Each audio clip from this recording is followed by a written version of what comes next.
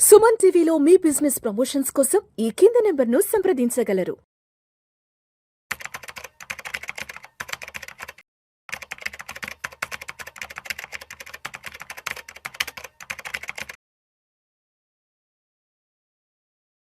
చక్రధర్ గారు నమస్తే సార్. నమస్తే అండి. చక్రధర్ గారు, ఈ సంవత్సరం నుంచి కొత్తగా ఏదైనా ఇన్వెస్ట్మెంట్స్ చేద్దాం అనుకున్న వాళ్ళకి సేఫ్టీ అండ్ సెక్యూరిటీ ఉన్న ఇన్వెస్ట్మెంట్ ఆప్షన్స్ ఏ ఉన్నాయి? ఎందుకంటే ఈక్విటీ మార్కెట్స్ ఏమో 2 ఏళ్ల నుంచి ఎక్కడా కదలిక లేకుండా అక్కడే పడి ఉన్నాయి. మ్యూచువల్ ఫండ్స్ కూడా నెగటివ్ రిటర్న్స్లోనే ఉన్నాయి.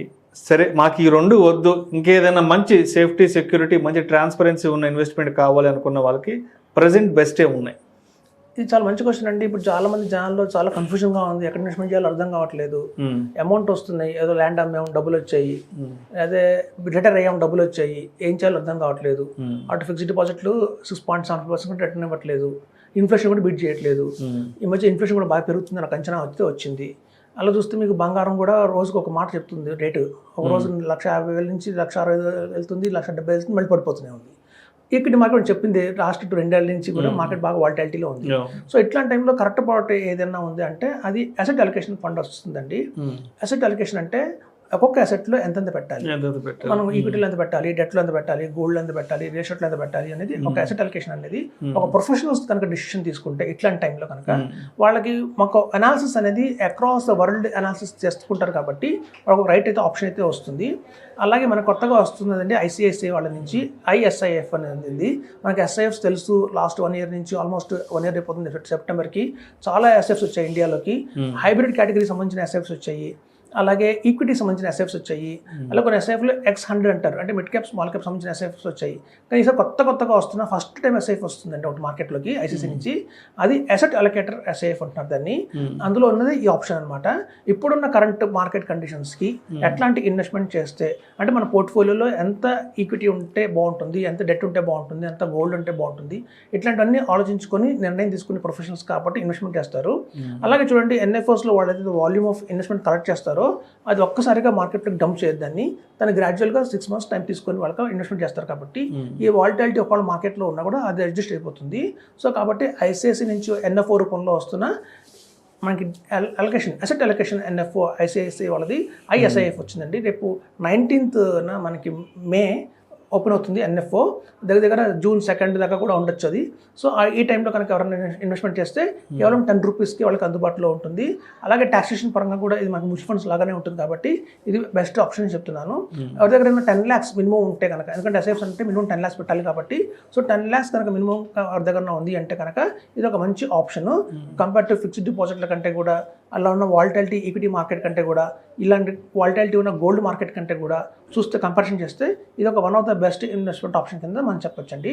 సో మనకు ఒక నెక్స్ట్ 1-2 years హారిజన్లో కనుక ఎవరికైనా పార్క్ చేసుకుందాం, అమౌంట్ ఏదన్నా మనకంతా గ్లోబలైజేషన్గా మొత్తం స్టెబిలిటీ వచ్చేంత వరకు కూడా మనకి ఏం చేయాలో అర్థం కావట్లేదు, ఈ డబ్బులు పార్క్ చేద్దాం ఒక పక్కన అనుకున్న వాళ్ళందరికీ కూడా 2 to 3 years ఐడియల్గా ఉంటే మాత్రం ఇది one of the best investment fund అయితే అవుతుందండి. సో మనకి ఐసిఐసిఐ తెలుసు, మనకు మంచి బ్రాండ్ ఉంది, వాళ్ళు ఆల్రెడీ మ్యూచువల్ ఫండ్స్ చూసాం గతంలో. అలాగే పిఎంఎస్ కూడా వాళ్ళు ఎక్స్ట్రాడనరీగా చేస్తారు. అలాగే ఏఎఫ్ రంగంలో కూడా చాలా బాగా పర్ఫార్మెన్స్ చేస్తున్నారు. అటు మ్యూచువల్ ఫండ్స్, ఏఎఫ్, పిఎంఎస్ అన్నింటిలో కూడా బాగా రాణిస్తుంది ఐసిఐసిఐ.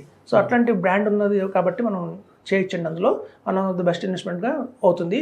సో వాళ్ళ ఆలోచన అది ఎట్లాంటి టైంలో ఇట్లాంటి ఇది కరెక్ట్ మార్కెట్ టైము ఇట్లాంటి ఫండ్కి అని చెప్పి దాన్ని లాంచ్ చేస్తున్నారు. సో కాబట్టి దీన్ని కనుక తీసుకుంటే మాత్రం, ఇన్వెస్ట్మెంట్ చేస్తే మాత్రం అత్యధికంగా లాభం పొందొచ్చు.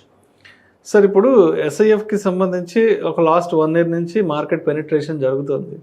బట్ ఎందుకు చాలామంది అడ్వైజర్లు లేదంటే వెల్త్ మేనేజర్స్ ఎస్ఐఎఫ్ గురించి చెప్పడానికి కూడా కొంతమంది వెనకాడుతున్నారు. అంటే ఏంటి రీజన్? కొంతమంది వెనకాడుతున్నారంటే ఎందుకు అంటే అంటే ఇవన్నీ కూడా సెబీ అప్రూవ్డే కాబట్టి, సెబీ అప్రూవ్డ్ మార్కెట్లోకి వచ్చే పెద్ద పెద్ద కంపెనీస్ ఇస్తున్నాయి. బట్ ఎందుకు చాలామంది దీని గురించి ఎక్కడెక్కడ ఫోకసింగ్గా మాట్లాడట్లేదు? కారణం ఏమైంటుంది అంటారు? కారణం ఏంటంటే కొంతమందికి ఏంటంటే అయిన తర్వాత ఒక 2 ఏళ్ళు చూద్దాం, 3 ఏళ్ళు చూద్దాం. మనకి మ్యూచువల్ ఫండ్స్లో అయితే ఒక 6 years డేటా ఉంది, 10 years డేటా ఉంది, ఎలా పర్ఫామ్ చేస్తే తెలుస్తూనే ఉంది. ఇది కొత్తగా వచ్చిన ప్రోడక్ట్ కదా, ఒక 3 years ఆగితే మనకు ఒక అర్థం అవుతుంది ఇవి ఎలా పర్ఫామ్ చేస్తున్నాయి అని చెప్పి కొంతమంది ఆగుతారండి. కానీ అలా ఆగాల్సిన అవసరం లేదు. ఎందుకు అంటే ఇది ఎవరైతే ఇన్వెస్ట్మెంట్ చేస్తున్నారో, ఈ ఇన్వెస్ట్మెంట్స్ కనుక ఎవరైతే చేసుకుంటూ వస్తున్నారో, లైక్ మన కంపెనీస్ ఏవైతే ఉన్నాయో అవన్నీ అడల్వైజ్, బంధను, అలాగే చూస్తే మీకు ఎస్బీఐ, టాటా, వీళ్ళందరూ కూడా సుదీర్ఘమైన ఎక్స్పీరియన్స్ అయితే మ్యూచువల్ ఫండ్స్లో ఉంది.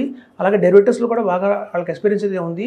పిఎంఎస్ల ద్వారా వాళ్ళు కూడా ఎక్స్పీరియన్స్ ఉంది. సో అందరూ ఫండ్ మేనేజర్స్ అందరూ కూడా స్ట్రాంగ్ ఎబిలిటీ ఉన్న ఫండ్ మేనేజర్లే కాబట్టి మనం భయపడాల్సిన అవసరం లేదండి.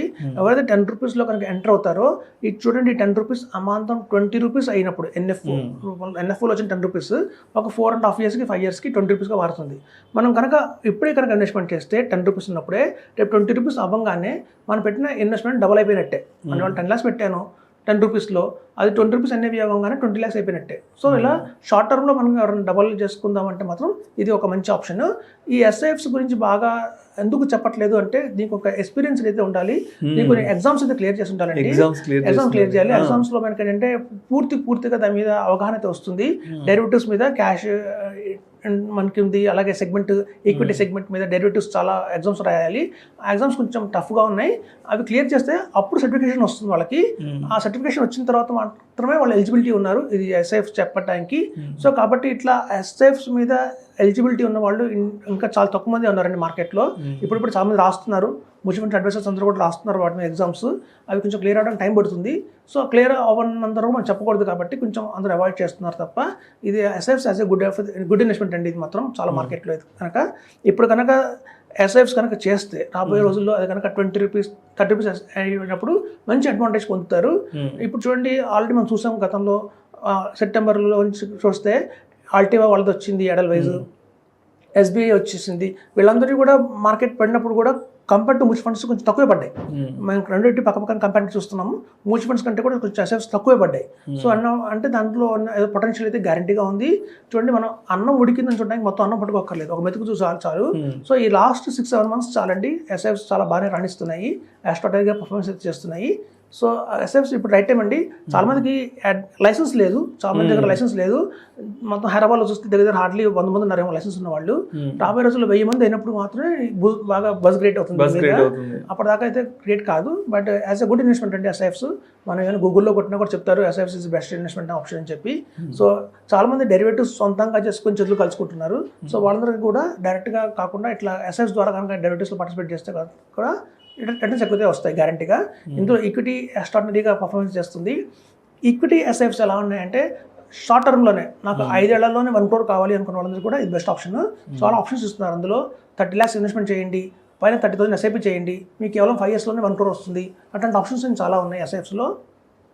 కాబట్టి లాంగ్ టర్మ్ అంటే మ్యూచువల్ ఫండ్స్ లాగా లాంగ్ టర్మ్ కాదు, నాకు షార్ట్ టర్మ్లోనే క్విక్గా రిటర్న్స్ రావాలంటే మాత్రం SIF, PMS, AF are the best. Right sir. Thank you so much Chakradhar గారు. థ్యాంక్స్ అండి.